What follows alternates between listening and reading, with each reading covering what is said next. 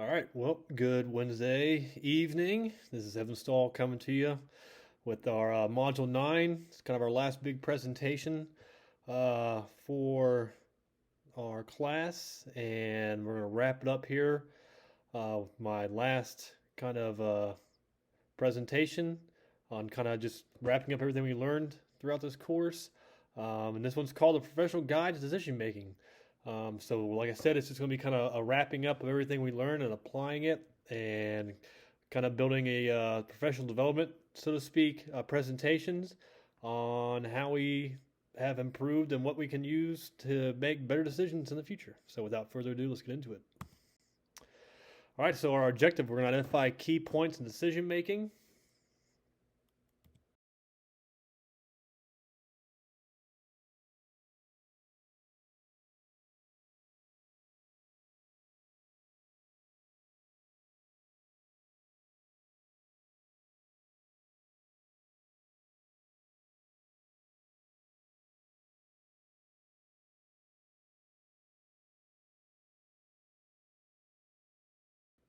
So, starting off, um, we need to define what is the problem.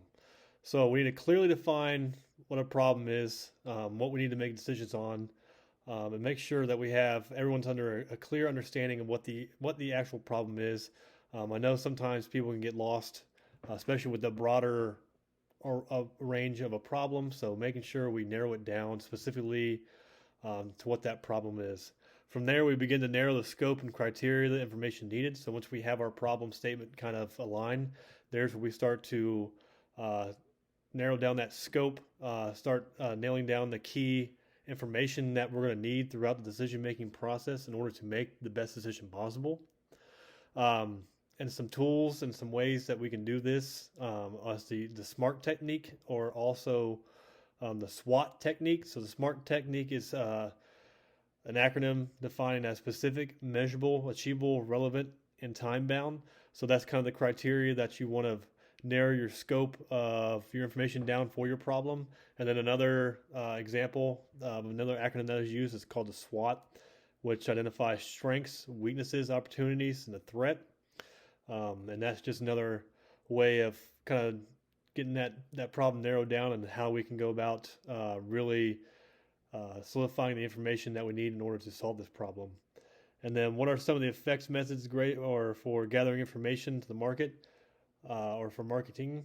So just gathering up the right information, the most effective ways, and how do we get that information from kind of the large scale from where we're bringing data and stuff in, and kind of narrowing it down and fitting and taking what we need in order to really go after our problem and figure it out.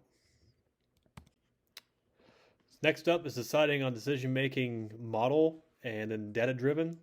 So there are a plethora of different types of decision making models, but some of the ones that we learned about throughout this course and I took away as pretty good ideas. I like to reiterate again during this presentation. And I think the number one there, no particular order, but number one there is a rational model. The rational model leverages data, logic, and analyzes the identity of the problem. It brainstorms possible solution and selects the most viable option after careful evaluation.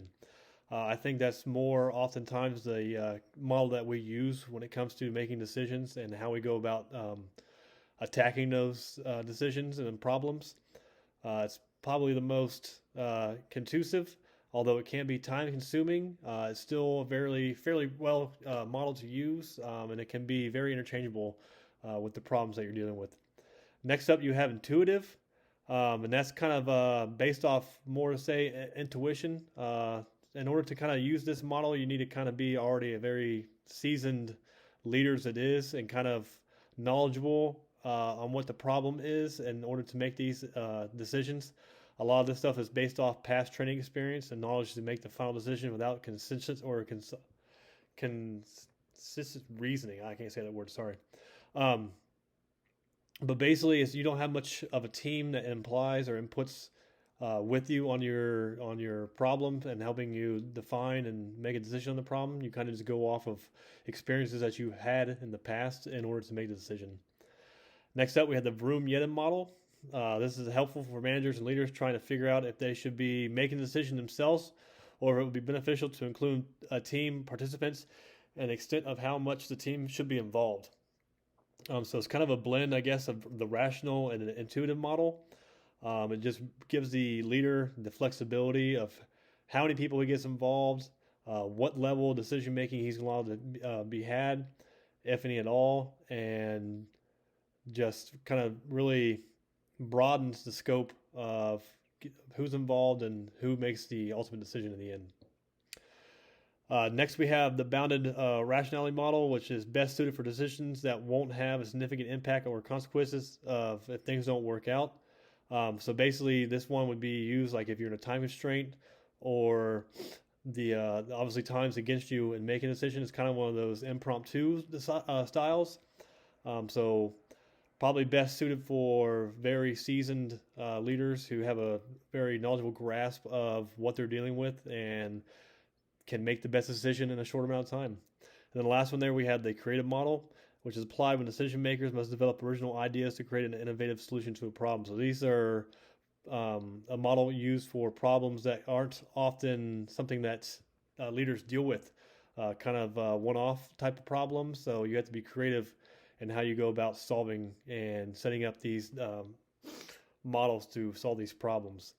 And then there for data-driven parts, so you want to always, when you're gathering and using these models, you always want to have a balance of quantitative and qualitative information in order to collect data that will help you decide with these decisions. Next up, we have gathering, defining, and embracing. So collecting relevant, accessible information. So you have your primary, your secondary source. Your primaries are usually coming from like surveys, interviews, and feedback. These are usually from people directly related to the problem or directly related to the decision making and can provide that primary information to you, the decision maker. Next up, you have secondary. This is kind of more your data and research. It's more, like it says there, your analyzed data, your books, your articles, reports, things that have been collected. So this would be more along your lines of your quantitative and qualitative data. Next up, you have a diverse perspective. And what that means is just making sure, especially in a team environment, that you have a diverse team that can add different perspectives. So to avoid biases and things like that when making these decisions. Involving your team members, that's very key for buy-in and to have ownership of the decision made. And then going back to the original or one of the first slides, we clearly define the goals and objectives. What are we trying to get out of this decision that we're about to make? You need to make sure those are clearly identified so it kind of guides how the decision-making process will go. And then making sure to align the goals with the organization. So once again, it counters biases that could be, unintentionally be put in there when you're making sure that you're aligning what the decision is at the best interest of the organization and not yourself. Risk assessment. So identifying the risk. So this is the unknown. And that's kind of the things we want to research and figure out.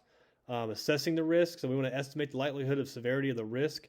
And a good way to do that is once you identify several risk factors, is ranking them in an order that helps kind of guide which ones takes precedence over others, which ones have to be avoided, and which ones can be tolerated.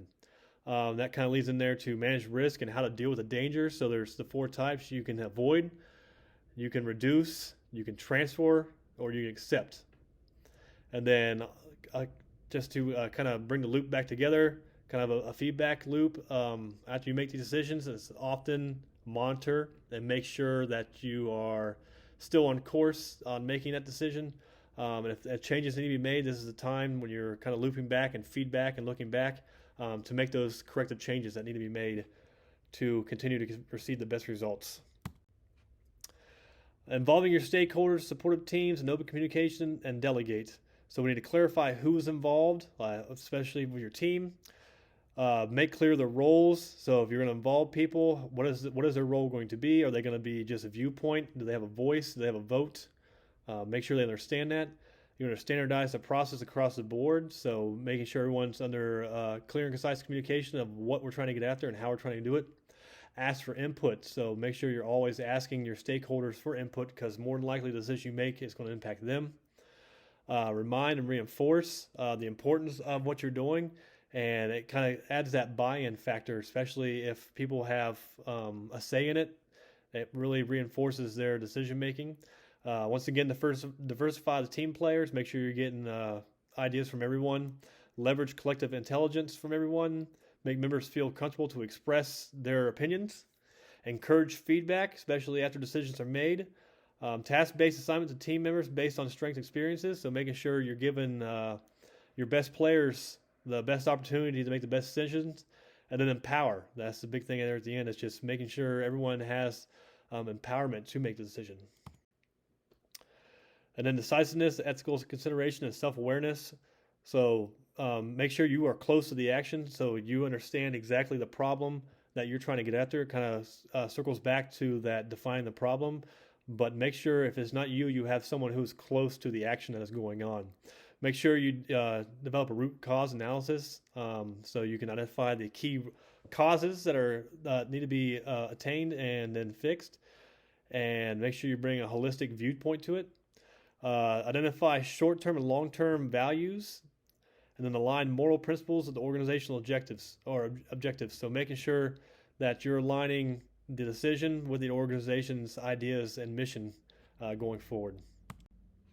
And then finally here, once it's all said and done, and we want to continuously learn from what we have done. So enhance decision-making abilities. This allows us adaptability to change. This improves our problem-solving skills. It helps us better effectively communicate and collaborate. It enhances our emotional intelligence, and it increases our employee engagement and retention. And most importantly, it's leading by example. So that is my final presentation for you all. I hope you all enjoyed, and looking forward for your comments in the bottom.